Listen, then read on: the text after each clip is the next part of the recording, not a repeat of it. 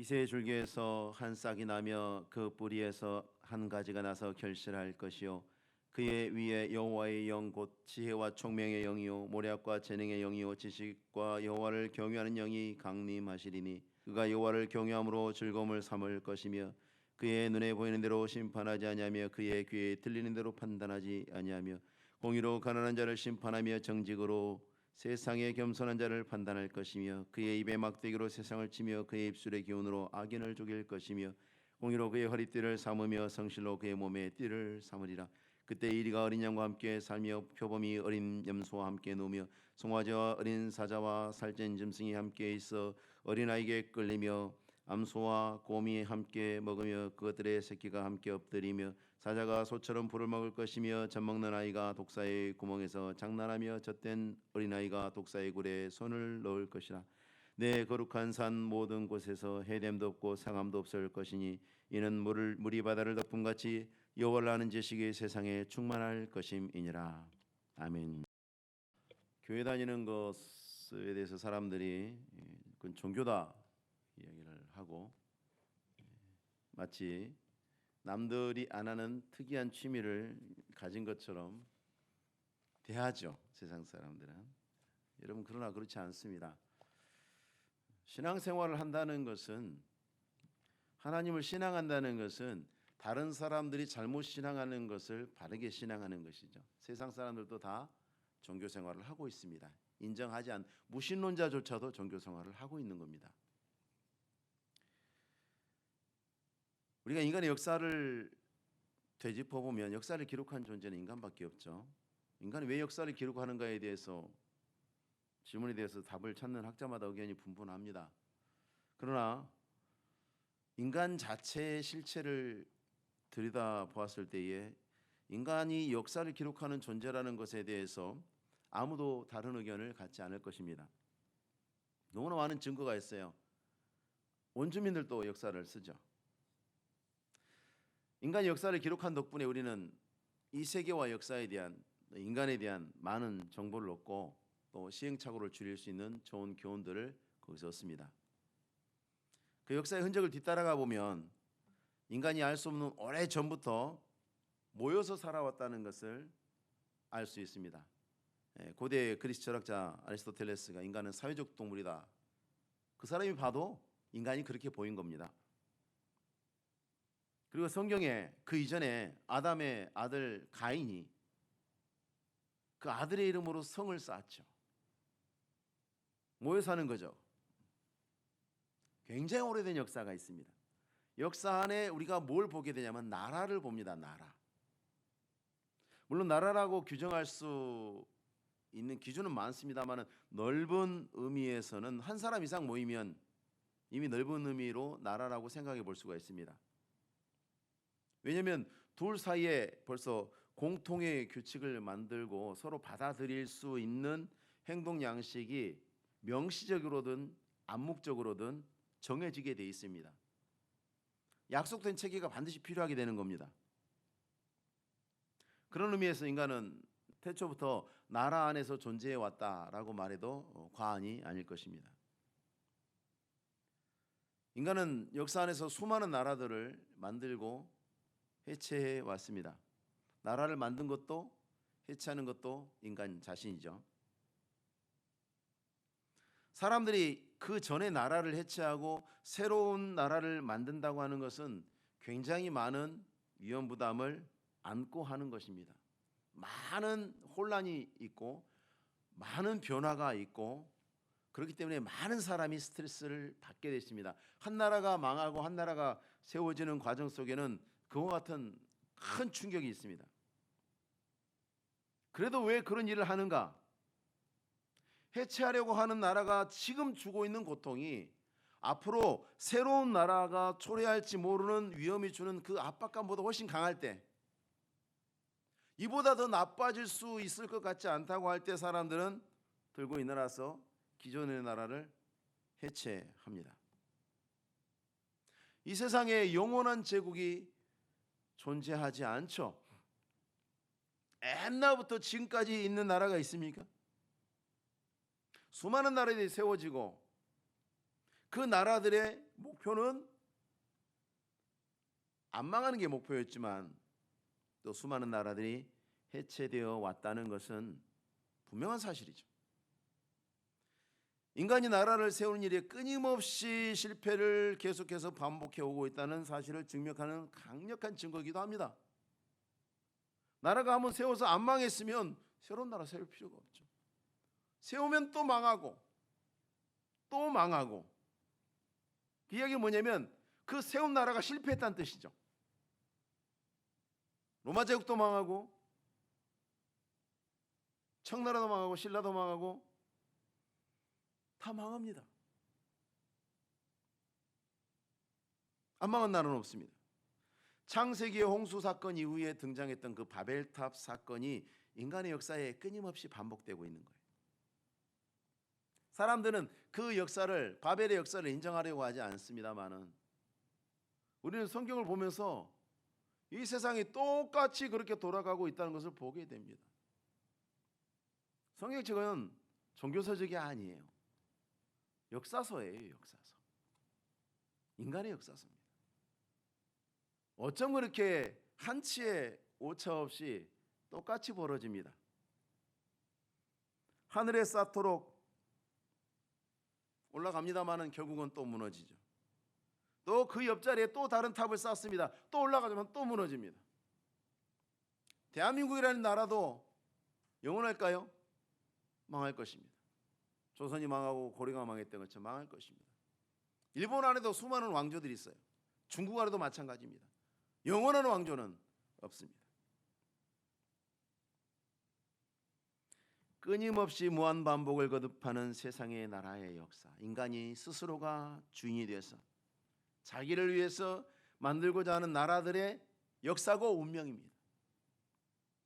끊임없이 세우려고 하지만 결국은 무너질 수밖에 없는. 이사야 선지자는 10장과 11장에서 두 나라를 보여줍니다. 그래서 10장까지 앞쪽에서는 이 아수르 제국을 이야기를 하는데, 이 두 나라는 실상이 겉으로 보는 것과는 전혀 다를 것을 말씀을 합니다.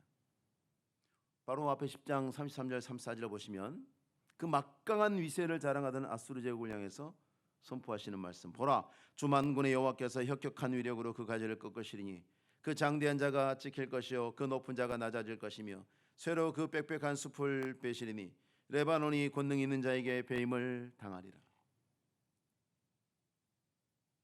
아무도 도전할 수 없었던 인간 세계 최강의 권능 아수르. 근데 진정한 권능의 도끼에 찍혀서 넘어질 것이다 선포되었고 말씀 그대로 됐습니다. 자유주의학자들은 이것을 인정할 수 없었기 때문에 아수르가 망한 다음에 쓰여진 책이다 이렇게 이야기를 하죠. 그 사람들은 도저히 하나님을 믿을 수 없는 신학자들이 있어요. 예언이라는 것은 존재할 수 없다. 아수르 망하고 난 다음에 마치 아수르가 망하기 전에 예언한 것처럼 썼을 것이다. 여러분 그런 책들 찾을 수 있어요. 많이 돌아다니고 교회를 비난하는 많은 사람들이 즐겨 읽는 책이죠. 이건 아수르만의 이야기가 아닙니다. 사람이 사람의 지혜와 사람의 능력으로 세우려고 하는 모든 나라가 피할 수 없는 운명. 나라뿐입니까? 인생도 마찬가지죠. 결국은 자기 인생, 자기 노력으로, 자기 지혜로 세우려고 몸부림치는 것이 사람들의 삶의 근본적인 행태죠. 근데 결국 어떻습니까? 다 허무함을 노래하고 사라집니다. 인생은 허무함을 노리고 사라집니다. 이와는 반대로 보잘것없어 보이는 시작 속에서 아무도 주목하지 않을 것 같은 한 나라의 등장이 11장에 예고되고 있습니다.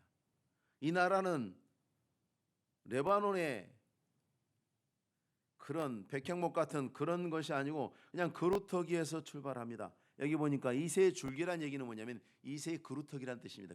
그루터기 아시죠? 나무 딱 베고 나면 밑동만 남아있는 거, 그게 그루터기입니다. 아무것도 없어요. 근데 그 그루터기에서 출발해서 세상을 덮는 충만함으로 발전해 나아갑니다. 그 이새의 줄기라는 말이 이 지금 그루터기인데 망해버린 다윗 왕국의 후손들 가운데 새 나라가 시작될 것이다. 아수르는 힘있게 일어났습니다마는 허무하게 사라져 버리죠. 이게 인간 제국의 실상이에요. 힘있게 일어나요. 뭐 대단해요. 세상을 다 채울 것 같아요. 근데 허무하게 사라져 버려요. 인간의 제국이. 하나님이 세우시는 이 나라는 쇠약해짐과 멸망의 가능성이 전혀 예고되지 않는 나라입니다. 쇠약이라는 말이 적용되지 않는 그런 나라입니다. 그런데 하나님께서 구주 예수께서 오셔서 세우실 이 나라를 왜 다윗의 줄기라고 하지 않고 이새의 줄기라고 했을까? 왜 그러셨을까요? 왜 이새의 줄기라고 하셨을까요? 자, 하나님께서 예수를 통해서 세우시는 영원한 나라, 하나님께서 우리같이 보잘것없는 사람들을 통해서 이루시고자 하는, 우리 안에서 이루시고자 하는 그 나라의 위대함이 세상의 위대함과는 거리가 멀다는 거죠. 여러분, 우리 스스로 교회가 위대하다, 하나님의 백성이 위대하다 그러니까 내가 뭔데, 우리가 뭔데, 세상의 기준으로 보니까 그렇습니다. 그 규모로 세상이 쳐주는 그 가치로 보니까 우리가 보잘것없고 아무것도 아닌 것 같습니다. 그러나 하나님께서는 그 나라의 위대함이 어디 있는가? 자, 이새의 줄기다. 다윗은 이스라엘 역사에서 가장 위대하고 영화롭고 강성한 나라를 이룬 왕이죠. 이새는 날 때부터 죽을 때까지 농부였습니다. 그런데 이새는 유다의 후손이고 하나님께서 유다에서 왕이 날 거라고 약속하셨고 그 약속대로 유다의 자손 이새의 아들 다윗을 왕으로 세우셨죠. 다윗은 그 아버지 이새가 유다의 후손이었기 때문에 그 언약을 따라서 왕이 된 거예요. 다윗을 높여서 우리가 눈에 보이는 모든 위대한 것들이 있을 수 있게 했던 것은 다윗의 탁월한 처세술도 아니고 지도력과 능력 때문도 아니고 눈에 보이지 않는 하나님의 언약 때문이라는 것을 말씀하시는 거예요. 하나님이 세우시는 나라의 위대함은 언약에 있습니다. 압도적인 규모라든지 어떤 고도의 정밀한 체계에 있지 않습니다. 정말 멋진 교회는 잘 조직되고 잘 건축되고 그런 교회가 아니고 하나님의 참된 언약이 있는 교회, 참된 언약을 가슴에 품고 있는 주의 백성들이 있는 교회가 위대한 교회예요. 그런 교회들이 살아남았어요. 교회 역사를 보세요. 어떤 교회들이 살아남았는지, 어떤 교회들이 시대를 이겼는지, 어떤 교회들이 세상이 감당할 수 없는 하나님의 권능을 보여줬는지 바로 그런 교회들이 보여줬습니다. 하나님의 언약으로부터 말미암은 위대함, 교회와 성도들에게 하나님의 언약이 있기 때문에, 우리 마음속에 하나님의 언약이 있기 때문에 영원히 무너지지 않는 위대함이 부여되는 것입니다. 결코 소약해질 수 없는 위대함이 부여되는 것입니다. 우리가 스스로 봤을 때 나도 이새같이 정말 평범한 농부 같을지라도 하나님은 언약을 따라서 그 언약대로 우리를 세우실 것입니다. 그래서 우리가 언약을 받았다는 것, 하나님이 우리에게 언약을 주셨다는 것이 진정한 축복인 것입니다. 내 마음속에 하나님이 언약을 주셨다는 것, 내 안에 하나님의 나라를 세우셨다는 것이고 이 나라는 영원히 무너지지 않는다는 그 축복입니다. 출애굽 이후에 이스라엘 백성들이 가나안 땅을 바로 눈앞에 두고 민수기에 보면 글이 나오죠. 우리의 메뚜기 같다. 스스로 폄하했어요. 그래서 이스라엘이 실패했죠. 왜 실패했습니까? 하나님이 자기들에게 부여하신 언약의 위대함을 무시한 거예요. 하나님이 얼마나 자신들을 위대하게 하셨는지, 얼마나 자신들 안에 위대한 것을 주셨는지를 무시하고 다 그건 빼고 그들의 성과 그들의 창과 그들의 칼과 그들의 키만 보고 그들은 거인이고 우리는 메뚜기 같다. 하나님이 어디 계십니까? 언약은 어디 있습니까? 세상의 초라함과 언약의 위대함이 몰락한 다윗 왕가의 후손으로 태어나신 예수님에게서 대비가 되죠. 예수님께서는 세상의 초라함을 갖고 계셨지만 언약의 위대함의 온전한 모습이 주님 안에 있었죠.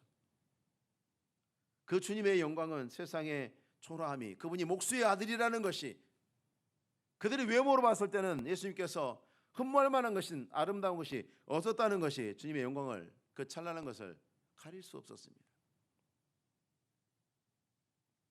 예수께서 오셔서 이루시게 될 영원한 나라는 위대한 언약 위에 세워질 뿐만 아니라 반드시 성령의 임재하심과 역사하심으로 세워집니다. 2절에 보니까 그의 위에 여호와의 영 곧 지혜와 총명의 영이요 모략과 재능의 영이요 지식과 여호와를 경외하는 영이 강림하시리니. 이 영원한 나라 성령으로 이루어지고 성령을 받은 자들을 통해서 이루어집니다. 왜 우리가 하나님의 나라인가? 왜 우리가 하나님의 영원한 나라인가? 우리 안에 언약이 있고 하나님 우리에게 성령을 주셨어요. 그래서 우리가 성령을 받아서 영원한 나라에 속한 사람이요 영원한 나라를 이 땅에서 이루어갈 사람들이죠. 우리가 예수님의 교회고 예수를 믿는 성도입니다. 사도행전 2장에 베드로가 이르되 너희가 회개하여 각각 예수의 이름으로 세례를 받고 죄사함을 받으라. 그리하면 성령을 선물로 받으리니 이 약속은 너희와 너희 자녀와 모든 먼데 사람 곧 주 우리 하나님이 얼마든지 부르시는 자들에게 하신 것이라. 하나님이 부르신 자들, 성령을 받은 자들, 언약 위에 성령을 받은 자들. 왜 이것이 같이 가야 하냐면요, 하나님의 언약의 말씀은 하나님의 의지의 표현이죠. 여러분들이 자녀들에게 뭔가 원하는 게 있을 때 말하잖아요. 여러분의 배우자에게 뭔가 원하는 것이 있을 때 이렇다 저렇다라고 말하지 않습니까? 말씀은 의지의 표현이에요. 그런데 그 표현된 하나님의 의지를 받아들이고 온전히 실천하려는 의지가 자연적인 사람 마음속에는 존재하지 않습니다. 인간은 태어나면서부터 죄인이기 때문에 하나님 말씀 안 들어요. 들을 수 없어요. 의인은 없나니 하나도 없다고 하나님께서 누차 말씀하신 이유가 뭐겠습니까? 인간은 인간 스스로 구원받을 수 없고 인간 스스로 영원한 나라 들어갈 수 없습니다. 오직 성령이 마음에 찾아오시고 성령이 영원히 함께 하시기로 작정된 사람들만이 그 언약의 말씀, 하나님의 의지를, 표현된 의지를 기쁨으로 받아들이고 실천하려고 하는 그런 거룩한 의지를 갖게 되는 거예요. 여러분이 왜 구원받은 하나님의 백성이고 왜 영원한 나라인가? 말씀대로 완벽하게 살아서 천사같이 살아서가 아니에요. 그게 증거가 아니에요, 여러분. 마음속에 하나님 말씀대로 하나님 말씀을 들으면 기쁘고 하나님 말씀 들으니까 마음이 평안해요. 좋아요. 그리고 그렇게 살아야 되겠다고 생각이 들어요. 나가서 좀 잘 안 되더라도 다 그런 의지가 있잖아요. 그런 의지 없이 이 자리에 나와 있는 사람 가장 고통스러운 시간이에요. 몰라 나와 있어요. 이게. 그 의지를 누가 주셨냐는 것입니다. 하나님의 언약의 말씀과 그 하나님의 표현된 그 의지를 내 의지로 하나님 옳습니다. 하나님이 그렇게 말씀하신 게 옳습니다. 좋습니다. 정말 괜찮네요. 하고 받아들일 수 있는 의지가 성령으로 말미암아 나오는 거예요. 그렇게 해서 하나님은 하나님의 나라를 시작하는 겁니다. 우리 안에서부터 시작하고 이제 우리 밖으로 이루어 가실 거예요. 그런데 이 나라는 결정적으로 변질되지도 않고 중단되지도 않습니다. 세상 나라는 멀쩡히 잘 나가는 나라가 망하고 해체되고 없어지고 다른 나라가 세워지고 그러죠. 2절에 보면 강림하신다는 말씀 있지 않습니까? 여호와의 영이 강림하시니. 이 자리를 잡고 머물고 정착한다는 뜻입니다. 완전히 하나로 연합되어서 함께하는 상태를 말하는 것입니다. 예수님에게 임하신 성령이 그렇게 예수님과 연합했죠. 이제 우리를 택하시고 찾아오셔서 우리 안에 계시는 성령이 영원히 우리와 함께 하시고 우리를 버리지 않습니다. 정말로 예수를 믿고 구원받은 사람은 떠날 수 없어요. 그 의지가 떠나지 않아요. 방황은 할 수 있어요. 시험 들어서 교회 잠깐 쉴 수도 있어요. 근데 결국은 돌아와요. 이 안에 의지가 변질되는 의지가 아니에요. 하나님이 주시는 의지가 강림하시리니 완전히 자리를 잡고 뿌리를 내리고 털을 닫고 안 변한다는 거예요. 우리를 버리지 않습니다. 택하신 자들의 숫자가 적을 때도 있고 많을 때도 있습니다만은 택함 받은 자들을 다시금 버리시는 일은 없습니다. 로마서 11장 29절에 30절 하나님의 은사와 부르심에는 후회하심이 없느니라. 너희가 전에는 하나님께 순종하지 아니하더니 이스라엘이 순종하지 아니함으로 이제 긍휼을 입었는지라. 하나님의 은사와 부르심에는 후회하심이 없느니라. 안 되겠다. 취소하자 그런 거 없습니다. 하나님이 부르신 사람들은 끝까지 하나님 안에 있습니다. 왜냐하면 강림하셨기 때문에, 터를 잡으셨기 때문에, 거기에 뿌리를 내리셨기 때문에 변하지 않을 것입니다. 우리 안에 들어오는 하나님의 말씀, 우리 안에 들어오는 하나님의 성령, 그로 말미암아 우리 안에 시작된 하나님의 나라는 결코 멈출 수 없는, 결코 사라질 수 없는 그런 나라입니다. 근데 잘 안 되잖아요.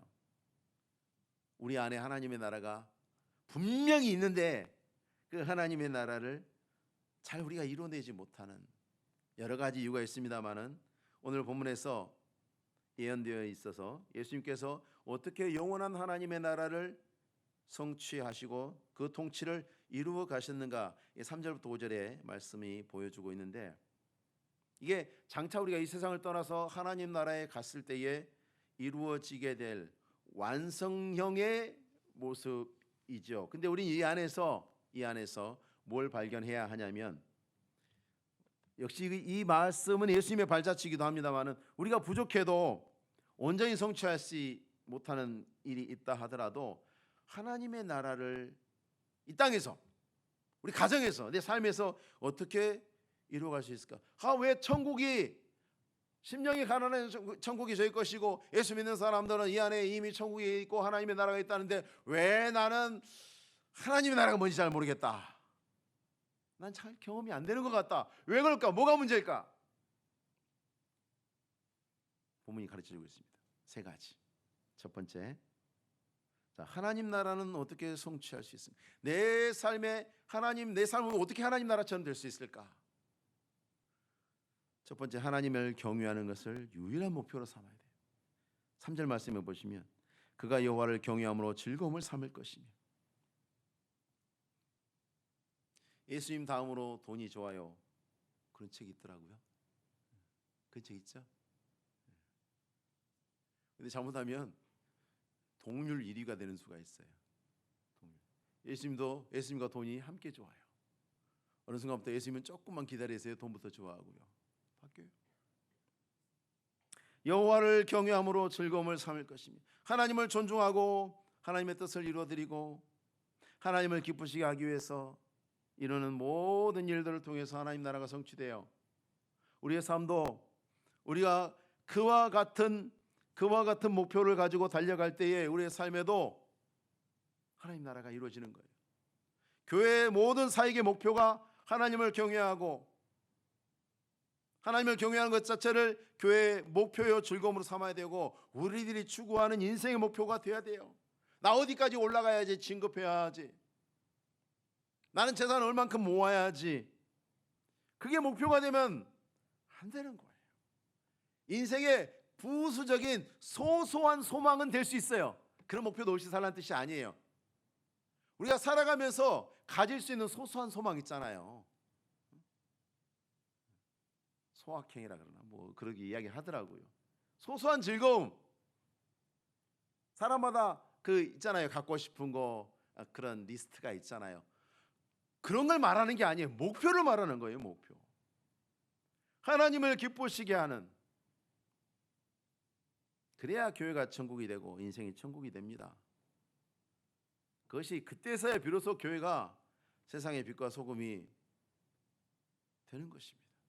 안 그러니까 문제가 생기고 뉴스에 나오고 나 뜨겁고 그런 것입니다. 본질은 딱 그거예요. 본질은 딱 그거. 과연 하나님을 경외하는 것을 유일한 즐거움으로 삼았는가? 말은 그렇게 하는데 들여다보면 아니었다는 거죠. 두 번째는 공의를 추구하는 것입니다. 여기서 말씀하고 있는 가치들은 우리가 너무나 그렇게 중요하다고 생각하지 않았던 그런 가치들 아닙니까? 공의를 추구하는 것. 이 세상의 눈에 보이는 것, 귀에 들리는 것을 쉽게 판단하죠. 악인들은 사람들의 눈과 귀를 현혹합니다. 그래서 사람들이 그렇게 판단하려고 하니까, 그래서 옳은 판단을 하지 못하게 하죠. 뿐만 아니라 돈 있는 사람, 권세 있는 사람들에게 적용하는 법, 그렇지 않은 사람들에게 적용하는 법이 다르죠. 유전무죄, 무전유죄. 우리나라만 그런가요? 온 세상의 모든 인간의 나라들이 이런 성향을 갖고 있습니다. 근데 이런 말이 한동안 우리 사회에 많이 유행했다는 것, 교회에 부끄러운 일입니다. 왜냐하면 유전무죄나 무전유죄와 같은 그런 일들이, 그런 말들이 통용되지 않도록 해야 되는 사명이 교회에게 있는 거예요. 교회의 본질적인 목표라는 것이 아니라 교회가 추구하는 하나님의 공의는 그보다 훨씬 더 높은 수준에 고상한 거예요. 하나님의 공의는 그보다 훨씬 더 고상한 거예요. 우리 사회의 법체계보다 훨씬 더 고상한 건데 이것도 안 되는데 어떻게 이걸 추구하겠어요, 교회가. 이것도 안 되는데, 이것도 안 돼서 유전무죄, 무전유죄가 나온다면 과연 그 사회에서 그런 일이 일어나도록 방관하고 있는 그 교회가 과연 하나님의 공의를 추구하고 있겠냐는 것입니다. 우리는 하나님의 말씀이 우리 자신에게 뿐만 아니라 우리 힘이 닿는 모든 곳에 적용하도록 하기 최선을 다해요. 공의가 뭐겠습니까? 하나님의 말씀이죠. 하나님의 말씀이 내게도 적용돼야 되고 세상에도 적용되도록 하기 위해서 그것을 목표로 삼고 살아야 돼요. 그게 하나님의 나라가 내 삶에 이루어지는 거하고 무슨 상관이 있을까? 있어요. 그렇게 돼요.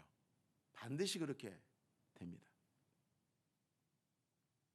셋째는 불의와 싸워야 합니다. 신자들이 흔히 범하기 쉬운 죄가 방관의 죄죠. 불의와 싸우는 것은 우리가 더더욱이나 부담스러워하죠. 불의를 행하는 사람들은 대부분 강한 힘을 갖고 있는 사람들이에요. 그래서 불의와 싸우려면요, 시간 들고 돈 들고 힘 들고 남는 건 없고, 그래서 불의와 싸우는 사람들은 몇 되지 않아요. 안 그렇습니까, 여러분? 자기 일생을 다해서 불의와 싸우는 사람은 몇 되지 않아요. 4절에 보니까 그의 입의 막대기로 세상을 치며 그의 입술의 기운으로 악인을 죽일 것입니다. 예수님께서 하신 일이, 여러분 가만히 보면 예수님께서 가시는 곳마다 싸웠어요. 부딪혔어요. 유대인들하고 바리새인들하고 제사장들하고 가시는 곳마다 부딪히지 않았던가요? 예수님께서 못 본 척하고 모른 척하고 그러셨나요? 가는 데마다 아닌 건 아니라고 말씀을 하셨잖아요. 그래서 미움받은 거 아니에요. 자꾸 잘못된 거 잘못다고 자꾸 지적하니까 그 불의를 행하는 사람들에게 미움을 받은 거예요. 그래서 그 사람들이 서로 다른 목적을 갖고 살았던 사람들이지만 예수를 죽이자라는 의견에 있어서는 일치를 본 거 아니에요. 성경이 기록하고 있잖아요. 주님께서는 악에 대해서 가차없이 심판을 선포했습니다. 구약의 선지자들도 마찬가지입니다. 그래서 사람들이 싫어했던 거예요. 그래서 미움을 받았던 거예요. 이사야 5장 말씀에 악을 선하다 하며 선을 악하다 하며 흑암으로 광명을 삼으며 광명으로 흑암을 삼으며 쓴 것으로 단 것을 삼으며 단 것으로 쓴 것을 삼는 자들은 화 있을진저. 선언해야 합니다. 그 심판을 악인들이 피할 수 없고 그것을 침묵하고 있으면 우리도 책망을 받을 것입니다. 계시록에 등장하는 예수님의 입에서도 끊임없이 뭐가 나옵니까? 예수님의 입에서 검이 나오잖아요. 검이. 악인을 최종적으로 심판하는 장면이 나옵니다만 한 번도 우리 주님께서는 불의를 못 본 척 방관하고 타협하는 일이 없었습니다. 세례 요한도 헤롯의 잘못을 지적하고 말하다가 목뱀을 당한 거예요. 세례 요한이 그거 안 건드렸으면 안 죽었을 수도 있어요. 근데 말하지 않을 수 없어요. 선지자니까. 그것을 선포하는 것이 하나님의 날이니까. 불의와 싸우고 의를 구하는 것이 하나님의 나라니까 하나님은 이것을 기뻐하시고 저것을 싫어하시는데 당신이 하고 있는 것은 죄를 범하는 것입니다라고 말해야 합니다. 교회와 성도들의 사명입니다. 하나님이 왜 우리에게 아름다운 성전을 주셨을까요? 왜 우리에게 이런 일들을 허락하셨을까? 일하라고. 하나님 나라를 위한 사명을 감당하라고 허락하신 겁니다. 만약에 우리에게 좋은 기업을 주시고 물질을 주시고 뭔가 좋은 우리가 바라고 소망하는 것들, 우리에게 즐거움을 주는 것들을 주셨다면 왜 주셨을까요? 그거 하라고 주신 겁니다.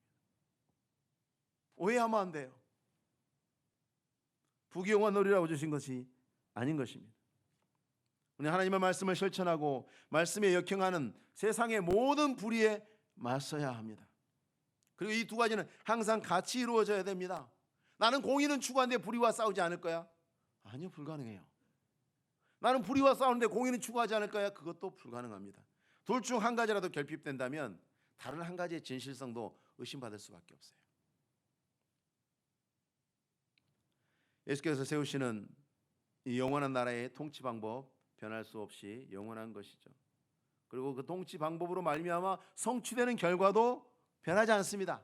언제나 정확하게 이루어지는 법칙입니다. 법칙. 이 법칙 때문에 제가 오늘 말씀을 드리는 거예요.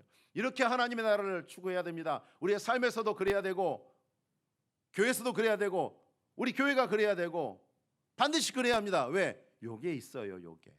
요 결말이. 6절부터 9절의 말씀이 결말이거든요. 근데 요게 이 낙원의 회복을 지금 묘사하는 건데요. 이걸 글자 그대로 상상하면 안 됩니다. 이 글자 그대로 생각하면서 천국을 상상하시면 안 됩니다.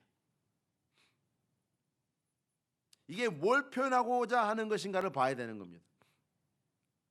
하나님 나라를 이루려고 하면 하나님을 경외하는 것을 유일한 즐거움으로 삼고 공의를 추구하고 불의와 싸우다 보면은 어떤 일이 일어나는가?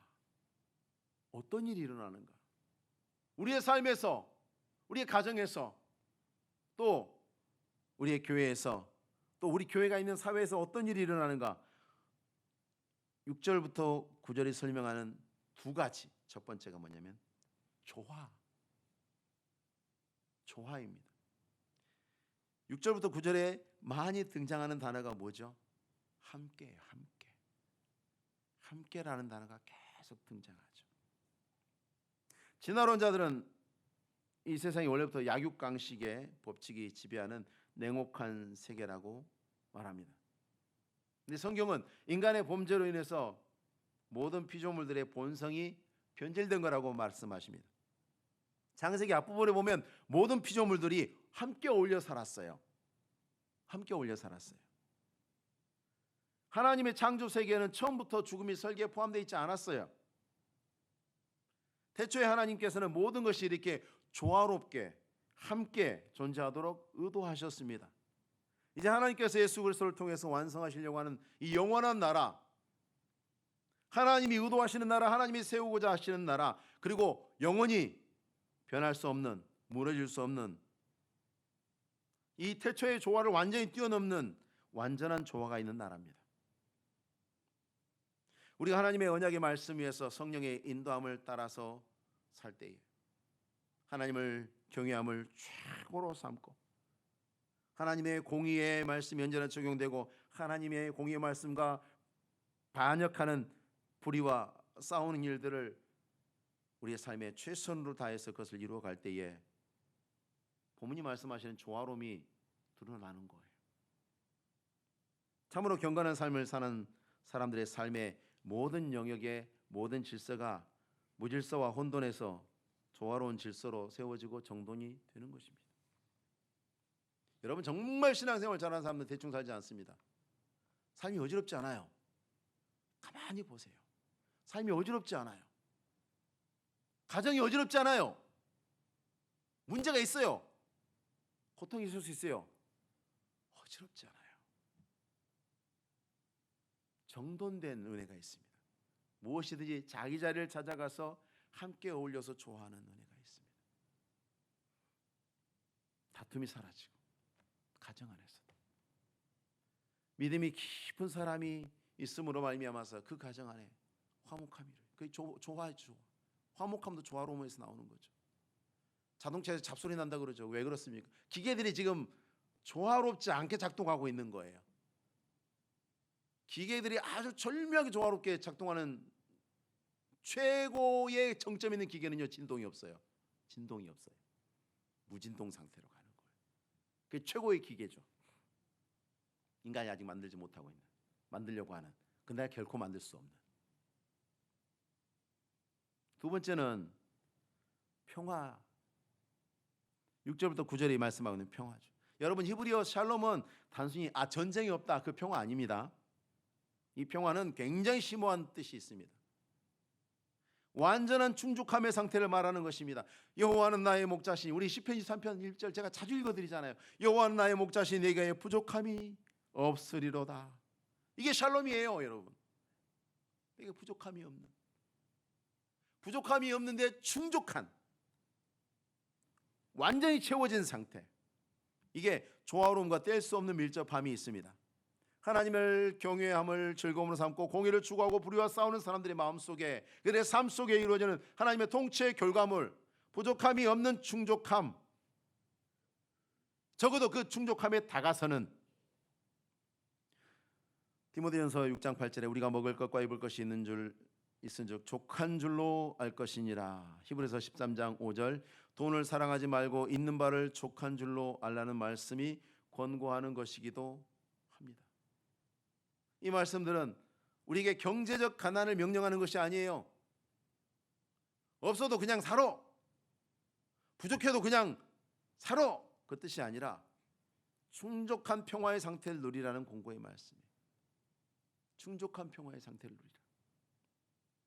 이사야 선지자는 마지막 부분에서 다시 한번 강조하죠. 이는 물이 바다를 덮은 같이 여호와를 아는 지식이 세상에 충만할 것입니다.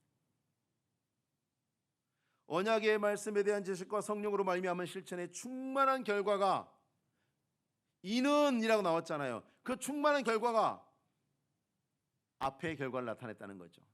조화와 평화의 열매로 나타나는 것입니다. 뭐 어디 가서 상담하고 뭐 어디 가서 다 필요 없어요. 이걸 구하면 되는 것입니다. 반드시 내 삶의 본질에서부터 변화가 일어납니다. 가정에도 변화가 일어납니다. 여러분, 부부 상담 백날 받아보세요. 소용없어요. 내가 하나님의 은혜를 받고 하나님의 경외함을 참으로 기쁨으로 알고 주의 말씀 의의를 추구하고 주의 말씀이 아닌 것은 따르지 않으려고 하는 것을 실천하다 보면 부부 사이도 화목해지고 부모 자식 간에도 화목해지고 조화롭고, 자식은 자식 같고 부모는 부모 같고 남편은 남편 같고 아내는 아내 같아지는 그 충족함, 그 샬롬이 이루어지는 것입니다. 천국은 나중에 아닌가? 나중에 가면 되죠. 이 땅에는 지옥 같은 인생 살아도 좋습니까? 아니죠. 천국에 가서는 뭐 아무렇게나 상관없으니까 이 땅에 사는 동안에 나만 재밌고 즐거우면 좋습니까? 그것도 아닐 것입니다. 우리 중에 신자 중에 그렇게 생각하는 사람은 없습니다. 그렇다면 우리가 오늘 우리에게 들려주신 하나님 말씀을 확실하게 붙잡아야 됩니다. 하나님 나라의 천국은 주님의 완전한 통치가 이루어지는 것이고, 우리가 그 나라를 가는 동안에 이 땅에서 주님의 통치의 원리를 따라서 우리의 삶에 적용해 나갈 때 그것에 비례해서 천국의 열매가 우리의 삶에 채워질 것은 분명한 사실입니다. 이미 예수께서 시작하셨고 우리가 예수 믿을 때 우리 안에서 시작된 이 영원한 하나님의 나라, 이왕 시작된 거, 변하지 않을 거, 존재하는 우리 하나님의 나라를 잘 가꿔서 그 축복을 우리가 충만하게 누려야 하지 않겠습니까? 우리가 매일매일 천국 같은 감사와 기쁨 있는 생활을 해야 합니다. 그건 우리의 특권입니다. 우리에게 허락된 특권입니다. 그것을 위해서 말씀 위에서 하나님의 성령의 감동하심을 따라서 오직 하나님 여호와를 경외하는 것을 최고의 즐거움으로 삼으시고 불의를 버리고 의를 추구하는 것을 인생의 정말 중요한 가치로 삼고 생활하시기 바랍니다. 우리의 삶을 완전히 조화롭게 하시고 충만하게 하시는 본문에 말씀하신 이 놀라운 축복이 약속하신 대로 우리의 심령과 우리의 가정과 우리의 삶의 모든, 내 손이 닿는 모든 자리에 그 열매가 넘쳐나게 하실 줄로 믿습니다. 오늘 우리 기도하겠습니다. 결단한 기도로 인생의 목적을 다시 한번 하나님 점검하고 바르게 하옵소서. 주를 경외함이 내 삶의 목적이기를 원합니다. 공의를 추구하고 불의를 버리고 하나님 나라를 내 안에서 이루어가게 하시고 이로 말미암아 주님 모든 것을 조화롭고 충족하게 하시는 그러한 놀라운 약속의 성취와 열매를 누리게 하옵소서. 이 시간 함께 기도하도록 합니다. 기도하겠습니다. 하나님 아버지, 은혜와 사랑에 감사합니다. 오늘도 주 앞에 나와서 기도하게 하시고 하나님 말씀 듣게 하시고 깨닫게 하시니 감사합니다. 우리가 우리의 삶을 돌아보게 하옵소서. 우리의 잘못과 어리석음을 분명히 아버지 안에 확인할 수 있게 하옵소서. 아버지 하나님이여, 이제 잘못된 것들을 버리고 다시 한번 우리의 인생의 목적을 점검하고 아버지 앞에 나오기를 원합니다. 주를 경외함을 우리의 삶의 즐거움으로 삼게 살게 하옵소서. 또한 아버지 하나님이여, 주의 말씀에 그 공의를 온전히 추구하게 하옵시며 주의 말씀이 아닌 것은 말씀을 대적하는 불의와 싸워 나아가게 하옵소서. 이로 말미암아 하나님께서 언약하신 하나님의 나라의 아름다운 조화롭고도 충족한 은혜가 우리의 모든 삶을 채우며 우리의 가정과 우리의 손이 닿는 모든 곳에 아름다운 역사와 열매로 나타나게 하실 줄로 믿사오니 하나님 아버지, 오늘도 결단하고 돌아가는 우리의 발걸음에 힘이 있게 하여 주시고 우리가 나아가서 걸어가는 걸음걸음에 하나님 나라가 온전히 이루어지게 하옵소서. 감사를 드리며 예수님의 이름으로 기도하옵나이다. 아멘.